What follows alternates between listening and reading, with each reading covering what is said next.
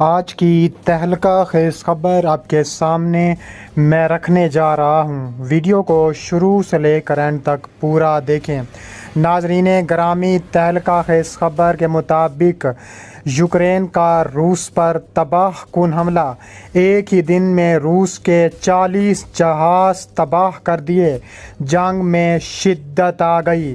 Video کی تفصیلات میں آگے بڑھنے سے پہلے ہماری ویڈیو کو لائک کر دیں، چینل کو سبسکرائب کر کے بیل آئکن پر ضرور کلک کر دیں۔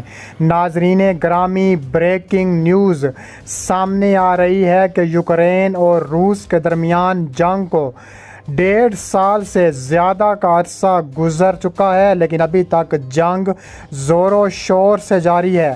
یوکرین کا روس پر تباہ کن حملہ، ایک ہی دن میں روس کے 40 جہاز تباہ و برباد اور ملیہ میٹ کر دیے۔ تفصیلات کے مطابق روسی یوکرینی جنگ میں اگلے محاذوں پر شدید لڑائی کے باعث ماسکو اور کیف دونوں کی افواج کو بھاری جانی نقصانات کا سامنا کرنا پڑ رہا ہے۔ یہ بات برطانوی انٹیلیجنس کی ایک نئی رپورٹ میں بتائی گئی ہے۔ دوسری جانب یوکرین کا دعویٰ ہے کہ اس نے ایک ساتھ 40 روسی جہاز تباہ و برباد کر دیے ہیں۔ روسی یوکرینی جنگ میں اس وقت شدید ترین لڑائی مغربی ڈونیٹسک کے خطے کے ساتھ باخموت شہر کے قریب ہو رہی ہے۔ اس رپورٹ کے مطابق روسی دستوان کو ان دونوں یوکرینی شہر باخموت پر قبضے کے لیے شدید لڑائی کے بعد سے اب تک کے سب سے زیادہ جانی نقصانات کا سامنا ہے۔ یوکرینی فوج نے اتوار کی صبح بتایا ہے کہ گزشتہ 24 گھنٹوں کے دوران روسی افواج نے یوکرین پر 43 فضائی حملے کیے، 4 میزائل داغے، راکٹ لانچروں کی مدد سے کیے گئے 51 دیگر حملے ان کے علاوہ شامل تھے۔ یوکرینی فوج کے جنرل اسٹاف کے مطابق ماسکو کی افواج یوکرین کے صنعتی لشکری شہر میں پیش قدمی کرنے کی نیت سے اپنے حملے جاری رکھے ہوئے ہیں۔ بتایا گیا ہے کہ باخموت، اودیکا، مارنکا، لائمن کے علاقوں میں کم از کم 26 مقامات محاذ جنگ بنے ہوئے ہیں۔ اس دوران ڈونیٹسک کے علاقے گورنر پاولو کلائنوس نے بتایا ہے کہ گزشتہ 24 گھنٹوں کے دوران جنگی حملوں میں 2 شہری ہلاک اور 3 دیگر زخمی ہو گئے۔ خیرسون میں بھی دوسرے حملوں سے 1 شخص ہلاک اور 4 دیگر زخمی ہو گئے۔ ادھر گورنر کے مطابق اس پورے صوبے میں 20 مقامات پر حملے کیے گئے، جن میں 1 شہری زخمی ہو چکا ہے۔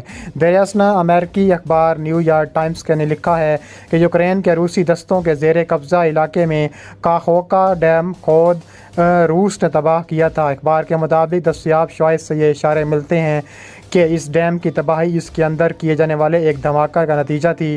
خیرسون کے خطے میں اس ڈیم کی تباہی کے بعد یوکرین کے وسیع تر علاقے زیر آب آ گئے تھے۔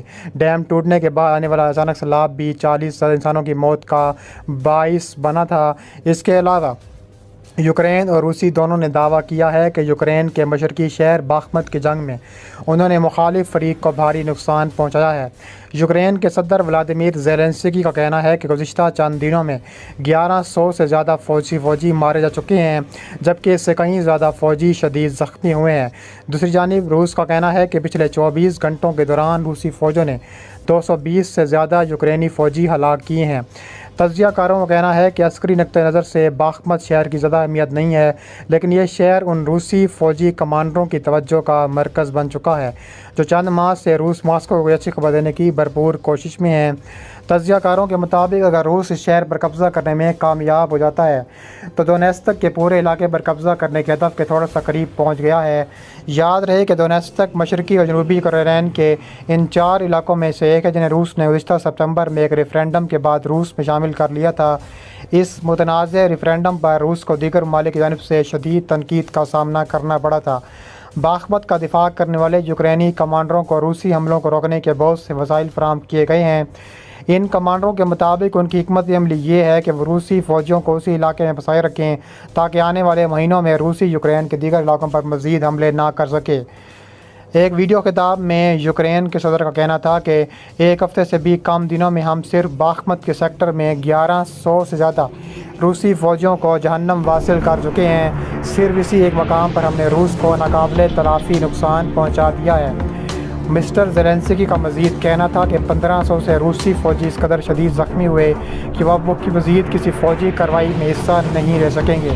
دوسری جانب روس کی وزارت دفاع کا کہنا تھا کہ روسی فوجوں نے 220 سے زیادہ یوکرینی فوجیوں کو ہلاک کر دیا۔ یوکرین کی بری افواج کے کمانڈر کرنل جنرل الیگزینڈر سائرسکی کا کہنا تھا کہ روس کے کرائے کے قاتلوں کا گروہ ویگزن گروپ ان کے دیگر فوجوں پر چاروں جانب سے حملہ کرتا رہا ہے تاکہ وہ تمام رکاوٹیں عبور کر کے باخمت شہر کے مرکز تک پہنچ سکیں۔ ان کا کہنا تھا کہ باخمت میں صورتحال مشکل بلکہ بہت مشکل ہے۔ دشمن اس شہر کے ایک ایک میٹر کو بچانے کے لیے لڑ رہا ہے۔ جو ہم شہر کے قریب پہنچ رہے ہیں لڑائی میں اتنی شدت جا رہی ہے، زیادہ امکان یہی ہے کہ ویگنر گروپ شہری علاقوں میں پھنستا جائے گا، اس لیے کوئی بڑی پیش رفت قدمی کرنے میں مشکل کا سامنا کرنا پڑ رہا ہے۔ باخمت کے علاقے میں روسی فوجیں داخل کرنے سے پہلے اس شہر میں تقریباً 70,000 لوگ آباد تھے، لیکن اب ان میں سے چند ہزار یہاں بچے ہیں۔ ایک زمانے میں یہ شہر نمک اور جیپسم کی دکانوں اور شراب سوزی کی صنعت کے بارے میں مشہور تھا۔ روس کی طرح یوکرین بھی سیاسی طور پر باخمت کو بہت اہمیت دیتا ہے۔ صدر زیلنسکی نے اس شہر کو ہمیشہ مزاحمت کی علامت قرار دیا ہے۔ گزشتہ دسمبر میں جب واشنگٹن گئے تھے تو انہوں نے وہاں اس علاقے کو یوکرین کے جذبے کا قلعہ قرار دیا تھا اور انہوں نے امریکی کانگریس کو باخمت کا پرچم بھی پیش کیا تھا۔ مغربی حکام کا کہنا ہے کہ اب تک باخمت اور اس کے ارد گرد کے علاقوں میں 20 سے 30 ہزار روسی فوجی جہنم واصل ہو چکے ہیں۔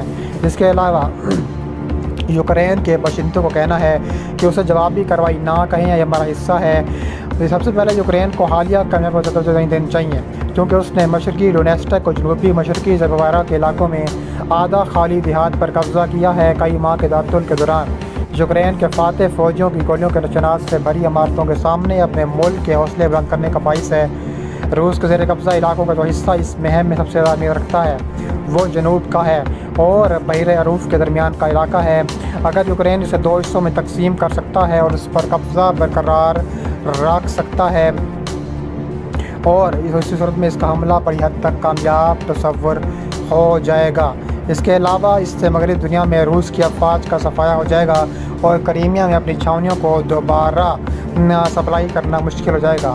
یہ ضروری نہیں ہے کہ اس کامیابی سے جنگ کا خاتمہ ہو جائے گا، جس کے بارے میں کچھ لوگ اب پیش گوئی کر رہے ہیں کہ یہ برسوں تک جاری رہ سکتی ہے، لیکن اب جب ناگزیر امن مذاکرات بالآخر ہوں گے تو اس کی وجہ سے سودے بازی میں یوکرین کا پلڑا بھی بھاری ہو جائے گا۔